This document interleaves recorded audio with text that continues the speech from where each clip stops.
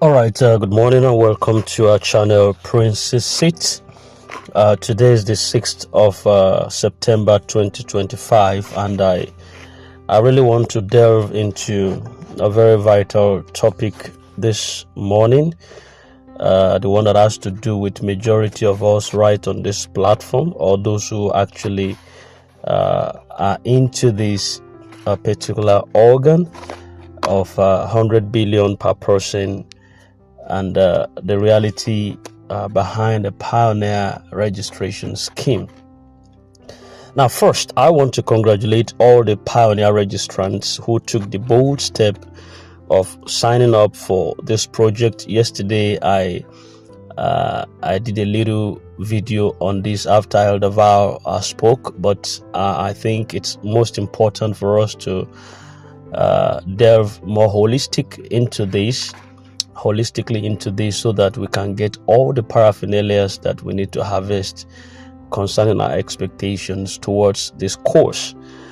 So I want to really congratulate everyone who took that bold step to sign up for the Pioneer Project. Yes, it takes courage to take such a risk, and you deserve commendation for putting yourself forward despite some uncertainties and challenges. And this is a major step, and regardless of what happens next, your effort has already set you apart as someone willing to take opportunities when they come. That said, as much as the prospects of massive funding sound so exciting to us, it's also important to stay grounded in financial realities and understand how projects of this magnitude actually works, especially when we are talking about funds that is coming from international donors, but it is routed through the Nigerian government. We are dealing with figures as high as 100 billion per individual for projects. And while it is just only natural to feel optimistic, it's also equally crucial to approach this with a clear, logical understanding of how such disbursements are handled and how they are managed. Firstly, you have to understand the nature of these funds. From verified information, these funds are from international donors that is intended to empower individuals and drive impactful projects. However, while the money originates externally, the disbursement process is passing through the Nigerian government's financial systems and also the regulatory framework of the country. And this is where the reality steps in actual fact. Governments, especially in developing economies like Nigeria, they are highly unlikely to release 100 billion per individual without checks, without balances, or without adjustments. Even though the funds may not belong to the government directly, they control the channels through which the money flows. And this means that the execution and the supervision of the entire process falls under their oversight. And because of that, the possibility of full disbursement of the quoted amount is extremely low. Secondly, why the 100 billion per person sounds unrealistic, I want us to pause and analyze the mathematics behind this. If the project promises 100 billion per pioneer, assume there are 10,000 approved pioneers, for instance, and 100 billion multiplied by 10,000 gives you 1 trillion naira. Now, if some individuals registered multiple pioneers, as many reports suggest actually that we have a lot of people who did more than just one pioneer. Some did half, some did double, some triple, some really went to borrow to put into this. So now, if we have individuals who register multiple pioneers of that nature, the figure balloons further. Now, if just 2,000 of those people have 2 pioneers each, for instance, the total could climb towards 1.2 trillion or more. Now, for perspective, Nigeria's entire 2025 federal budget hovers around 27 trillion naira, and over 40% of that is already tied to debt servicing. Now, does it sound practical that the government would allow 1 trillion or more to go directly to individuals without strategic planning, without adjustments, or without reductions? It simply doesn't add up. Let's be realistic. It doesn't add up. This is not skepticisms. This is financial realities. Now, thirdly, let's look at it this way. There is what is called the government's natural instinct, which has to do with control and oversight functions. Even though the funds are from international donors, the Nigerian government has the legal and administrative responsibility to regulate the disbursement process. And this is where policies and protocols comes into play. Governments naturally would want to control the flow of such large sums in the economy. Government will want to ensure there is accountability at every stage. Then government will want to prevent the risks like mismanagement, corruptions, despite they are corrupt, but they want to prevent corruptions or incomplete execution of the project, despite they don't complete or they don't completely execute projects in their own coffers. So from their perspective, allowing 100 billion to pass directly into one individual's hands without layered supervision is not only impractical, but could also trigger some economic instability and political backlash. So therefore, it is far more feasible that the government would slash the funds to reasonable figures, or they release them in phases that is tied to specific project milestones.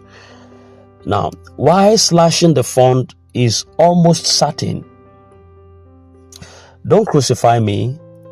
I'm just being realistic here. I'm being pragmatic. Let's just face reality so that we don't get disappointed. Why slashing the funds is almost certain? Even if international donors intend to empower pioneers so massively, the Nigerian government is going to the Nigerian government is going to intervene strategically for several factors and reasons. Number one, because of budgetary balance. These funds are donor funds, accept. But channeling such an amount into the economy at once could have serious inflationary consequences. And to avoid destabilizing the financial system, authorities will prefer to moderate the flow of these funds. Yes, take that or leave that. Then another reason is for equitable distributions. With thousands of pioneers that are involved, I think fairness would also come into play. Authorities are more likely to spread these resources broadly rather than just concentrate them on a few people who registered multiple pioneers. Then they want to further control the implementation of this. Government usually favor what is called phased disbursements. For example, a pioneer approved for 100 billion might first receive 10 billion with subsequent releases that is tied to performance verifications and also project milestones or achievements. So this model has a way to protect both the donors and the nation's economy while ensuring that funds are actually used for their intended purposes. Then now, facing reality, we had to reconcile our hope and expectations with practicalities. It's important to maintain some cautious optimism, but it's equally important to stay realistic. Expecting 100 billion naira to hit individuals' account in one go, this could lead to disappointment if the outcome differs from expectations. Instead, I feel there is a more probable scenario. Pioneers will receive funds No doubt about that. But the amount is going to be likely reduced or staggered. Also, the highest beneficiaries may still get some life-changing sums, but nowhere near the initial 100 billion figure that was speculated. Know that and no peace. Then you have to understand that projects will likely be closely monitored, which is to ensure that there is compliance with the donor goals and the government regulations. So by preparing your mind for these possibilities, you protect yourself from false assumptions and also stay focused on making the most of whatever is allocated to you. Use it judiciously. Follow the protocol, observe, and act on the project you are asked to do. Now, the international donor angle, let us look at it from that angle. Here's a critical point that a lot of people overlook. Just because the fund is coming from international donors, it doesn't automatically mean that pioneers will receive anything as it's being quoted. Donor agencies often set aside some large total project funds, but this figure typically includes infrastructure support. Also, we have the administrative cost, then the training and capacity building programs, then the monitoring and I think the evaluation expenses, and finally the logistics and technology development or technology deployment. So by the time these are deducted, the actual amount that is available for direct disbursement to pioneers could significantly be lower than what is expected. So pioneers should manage their expectations very carefully and also plan realistically around what's most likely to happen. On a final note, or before I end this conversation or this talk with us, there is the economic and political implications of all this. Imagine for a moment that 100 billion per pioneer is actually released without the slash. Inflation will skyrocket almost overnight because too much liquidity would suddenly flood the economy. When it comes to their case, inflation does not skyrocket. But know this and have peace, that when it comes to the masses case, inflation will skyrocket. That's the kind of country we found ourselves. Then the Naira's value could also crash against foreign currencies because purchasing power will shift. When it comes to their case, the Naira value does not have anything significant to do.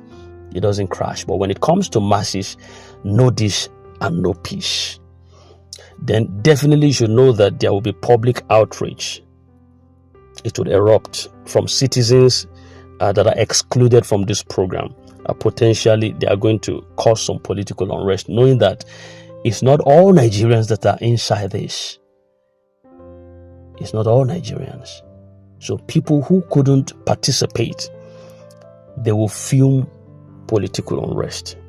And for these reasons alone, authorities would prefer to moderate the figures, ensuring a gradual release that balances empowerment with economic stability. So what pioneers should do now, rather than getting caught up in the headline figures. Sometimes you hear Ngozi Israel say 100 billion for 250,000 registration, and then for half pioneer of 120,000, you get 50 billion. You know, that figure does not scare them calling out, but we have to be realistic here. So what you should do going forward, stay informed. Please be ready for our structured projects and manageable stages. Avoid some financial commitments that is based on assumptions of 100 billion upfront that you've thought, and possibly a significant amount of that you thought could possibly come to you. As long as you execute one or two projects, then you still get, you are never poor again in your life.